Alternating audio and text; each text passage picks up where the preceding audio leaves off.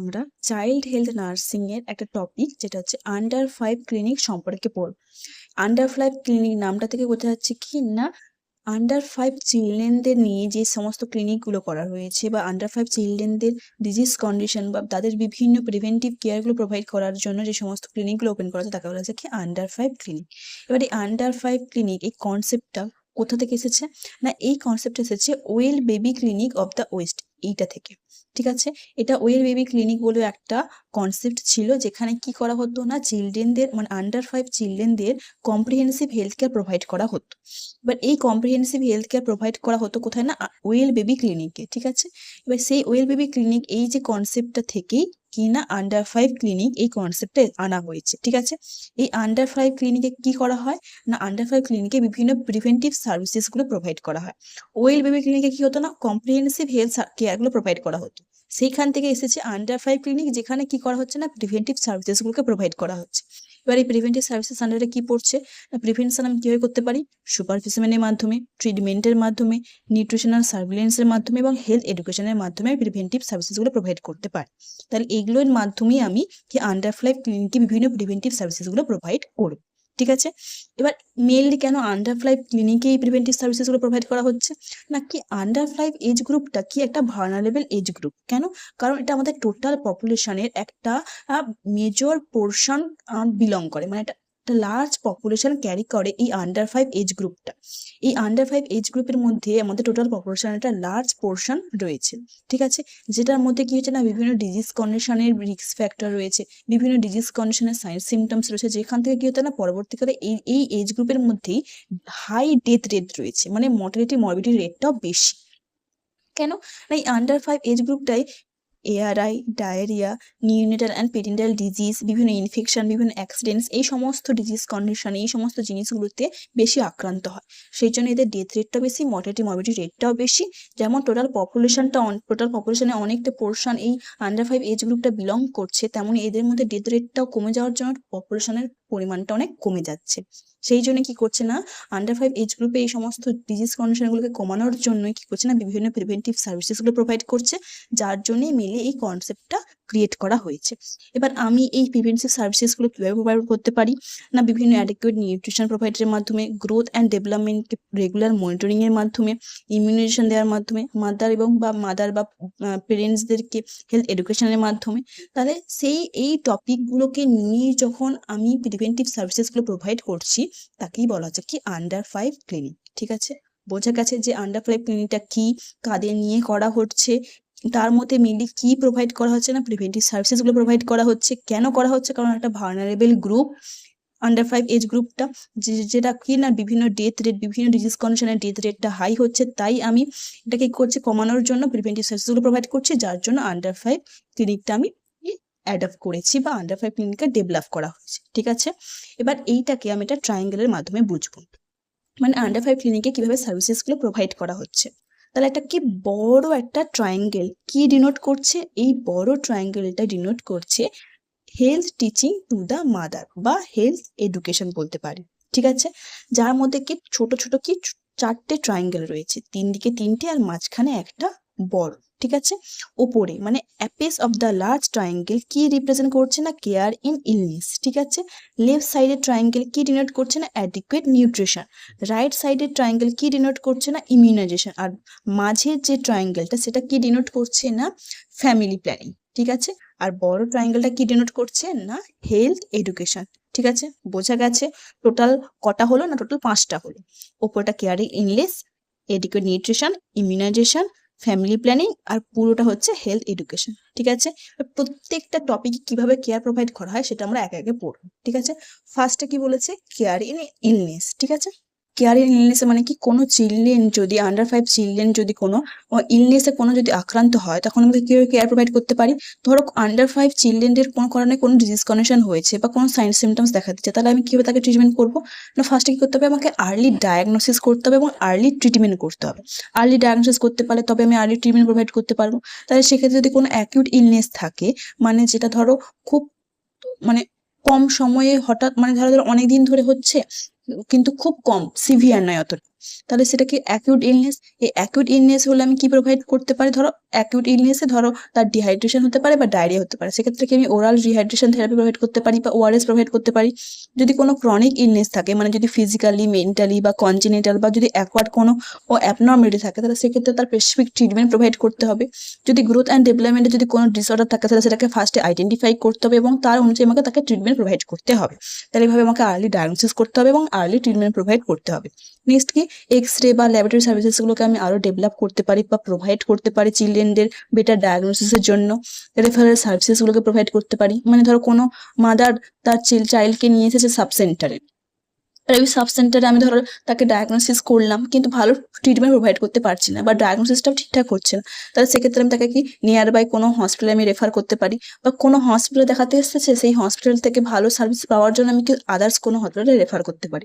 তাহলে কি এই রেফারেল সার্ভিসেসগুলো কি কেয়ার ইন ইলনেসের আন্ডারে পড়ছে, মানে কি আমাকে প্রপারভাবে ডায়াগনোসিস করতে হবে, তার আন্ডারে ট্রিটমেন্ট প্রোভাইড করতে হবে, এক্স রে এবং ল্যাবরেটরি সার্ভিসগুলোকে আরও উন্নত করতে হবে এবং রেফারেল সার্ভিসটাকে আমাকে প্রোভাইড করতে হবে। ঠিক আছে, নেক্সট ওয়ান কি বলছে, অ্যাডিকুয়েট নিউট্রিশন। অ্যাডিকুয়েট নিউট্রিশন হচ্ছে ভাইটাল জিনিস, মানে একটা ইম্পর্টেন্ট জিনিস কিনা, যেটা কি হচ্ছে না গ্রোথ অ্যান্ড ডেভেলপমেন্টটা মেনটেন করছে, মানে একটা চিলড্রেনদের গ্রোথ অ্যান্ড ডেভেলপমেন্ট মেনটেন করছে কি অ্যাডিকুয়েট নিউট্রিশন।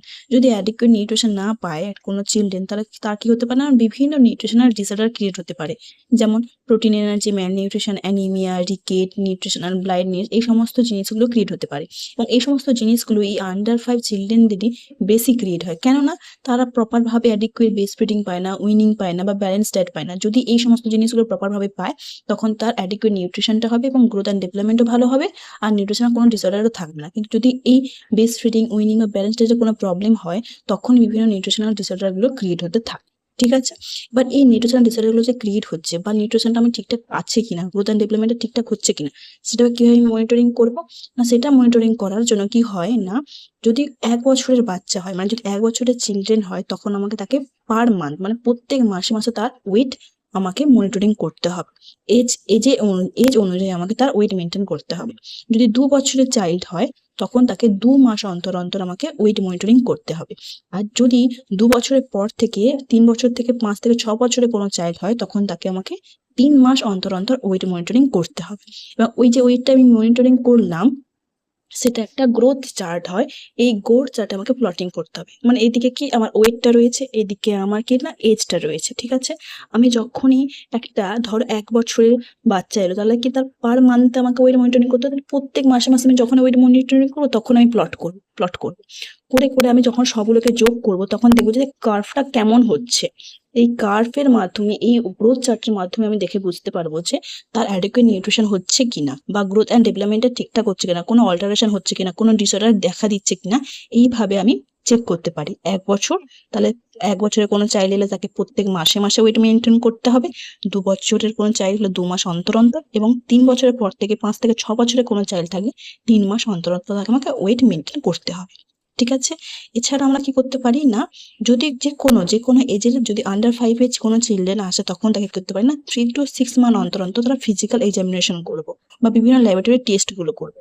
এগুলো করার মাধ্যমে আমি তার অ্যাডিকুয়েট নিউট্রিশন আছে কিনা বা গ্রোথ অ্যান্ড ডেভেলপমেন্ট ঠিকঠাক হচ্ছে কিনা, কোনো ডিসঅর্ডার ক্রিয়েট হচ্ছে কিনা, সেটা আমরা আইডেন্টিফাই করতে পারি। ঠিক আছে, এছাড়া আরেকটা প্রোগ্রাম হয় যেটা কি করে না, এই অ্যাডিকুয়েট এই বাচ্চাদের আন্ডার 5 চিলড্রেনদেরই মেনলি প্রোভাইড করা হয় যাতে অ্যাডিকুয়েট নিউট্রিশনটা পায়। সেই প্রোগ্রামটার নাম কি আইসিডিএস। এই আইসিডিএস প্রজেক্টটা মিলে কি করে না, সাপ্লিমেন্টারি নিউট্রিশন প্রোভাইড করে আন্ডার 5 চিলড্রেনদের। ঠিক আছে, যেটা কি করে অ্যাডিকুয়েট নিউট্রিশনটা মেনটেন করার জন্যই প্রোভাইড করা হয়। ঠিক আছে, নেক্সট কি ইমিউনাইজেশন। আমরা জানি কি একটা ন্যাশনাল ইমিউনেশন শিডিউল রয়েছে, সেই ন্যাশনাল ইমিউনেশন শিডিউল অনুযায়ী আমাকে প্রত্যেকটা চিলড্রেনদেরকে বিভিন্ন যে ইমিউনিটি প্রোভাইড করতে হবে বিভিন্ন ইনজেকশনের মাধ্যমে। ঠিক আছে, যেমন আন্ডার 5 চিলড্রেনদের মেনলি 6টা ডিজিজের প্রতি আমাকে ইমিউনেশন প্রোভাইড করা হয়, যেমন tuberculosis, diphtheria, pertussis, tetanus, poliomyelitis and measles. এই 6টা ডিজিজের এগেনস্টে আমাকে কি হয়, ভ্যাকসিন প্রোভাইড করা হয়। এটা ন্যাশনাল ইমিউনেশন শিডিউলের আন্ডারেই রয়েছে। তাই এই ন্যাশনাল ইমিউনেশন শিডিউল এর আন্ডারে যতগুলো ভ্যাকসিন রয়েছে, সমস্ত ভ্যাকসিন করতে হবে না আমাকে চিলড্রেনদের প্রোভাইড করতে হবে, যাতে তারা তাদের নিজেদের বডিতে এই সমস্ত ডিজিজ কন্ডিশনের এগেনস্টে একটা ইমিউনিটি তৈরি হয়, যাতে তারা এই সমস্ত ডিজিজ কন্ডিশনের এগেনস্টে ফাইট করতে পারে। সেই জন্য আমাদের ইমিউনিটিটা বা ইমিউনাইজেশনটা প্রোভাইড করা দরকার, মাস্ট। ন্যাশনাল ইমিউনেশন শিডিউল অনুযায়ী যত সমস্ত মেডিসিনগুলো রয়েছে বা ভ্যাকসিনগুলো রয়েছে, সেটা আমাদের প্রোভাইড করতে হবে। নেক্সট কি রয়েছে ফ্যামিলি প্ল্যানিং। ফ্যামিলি প্ল্যানিং একটা ইম্পর্টেন্ট জিনিস। যদি একটা ফ্যামিলিতে অনেকগুলো চিলড্রেন থাকে তাহলে প্রত্যেকটা চিলড্রেন ঠিকঠাকভাবে প্রপারভাবে কেয়ারও পাবে না, প্রপারভাবে এডুকেশন পাবে না, এবং তাদের যে বেসিক নিডগুলো, হিউম্যানের যে বেসিক নিডগুলো সেটাও ঠিকঠাক পাবে না। তাহলে প্রত্যেকটা ফ্যামিলি মেম্বারকে তাদের পেরেন্টসদেরকে কি হতে হবে না, family planning related education provide করতে হবে, যাতে মাদার বিভিন্ন ফ্যামিলি প্ল্যানিং, মাদার বা পেরেন্টসরা বিভিন্ন ফ্যামিলি প্ল্যানিং এর এর এই জিনিসগুলো অ্যাডপ্ট করতে পারে, যাতে একটা চিলড্রেনদের ঠিকঠাকভাবে তারা প্রপার যে হিউম্যান বেসিক নিডগুলো রয়েছে সেগুলো প্রোভাইড করতে পারে। সেই সমস্ত জিনিসগুলো সম্পর্কে বোঝাতে হবে, যাতে মাদারের ওয়েলবিং হয় এবং চাইল্ডটারও ওয়েলবিং হয়। ঠিক আছে, ফ্যামিলি প্ল্যানিং রিলেটেড আমাদের এডুকেশন প্রোভাইড করতে হবে। নেক্সট কি হেলথ এডুকেশন। একটা মাদারকে প্রপারভাবে হেলথ এডুকেশন প্রোভাইড করতে হবে, যে একটা চাইল্ডদের কিভাবে কেয়ার প্রোভাইড করতে হয়, একটা চিলড্রেনদের এর কিভাবে কি নিডগুলো রয়েছে সেটা কিন্তু তাকে ফুলফিল করতে হবে। বিভিন্ন ডিজিজ কন্ডিশনগুলো হলো সেটা কিভাবে প্রিভেন্ট করতে হবে, যেমন টিউবারকিউলোসিস, ডায়রিয়া, এআরআই, ম্যাল নিউট্রিশন বা ইনফেস্টেশনের জন্য বিভিন্ন যে এগেনস্টের যে প্রিভেন্টিভ মেজারগুলো রয়েছে সেগুলো কি কি রয়েছে, সেগুলো কিভাবে তারা ম্যানেজ করবে, সেই সমস্ত জিনিসগুলো সম্পর্কে হেলথ এডুকেশন প্রোভাইড করা। তারপর বিভিন্ন ডায়রিয়া হতে পারে, ডায়রিয়া রিলেটেড ওআরএস থেরাপি কিভাবে প্রোভাইড করতে হবে, এই সমস্ত জিনিসগুলো রিলেটেড আমাকে হেলথ এডুকেশন প্রোভাইড করতে হবে। এবং তারা যাতে এই আন্ডার 5 ক্লিনিকে আসে, হেলথ চেক আপ করায়, যে রেগুলার টাইম ইন্টারভেলে গ্রোথ মনিটরিং করে, এই সমস্ত জিনিসগুলো নিয়ে আমাকে করতে হবে না, এডুকেট করতে হবে। ঠিক আছে। আর নেক্সট কি বলছে, কনক্লুশনে কি বলছে, আন্ডার 5 ক্লিনিকে একটা কনক্লুশন রয়েছে। কি কনক্লুশন রয়েছে না, মেনলি এই আন্ডার 5 ক্লিনিকটা কোথায় লোকেটেড রয়েছে না, একটা ভিলেজ, স্লাম বা লেবার কলোনি, এই সমস্ত জায়গাগুলোতেই এই আন্ডার 5 ক্লিনিকটা লোকেটেড থাকে, মানে এই সমস্ত জায়গাগুলোতেই আন্ডার 5 ক্লিনিকটা থাকে।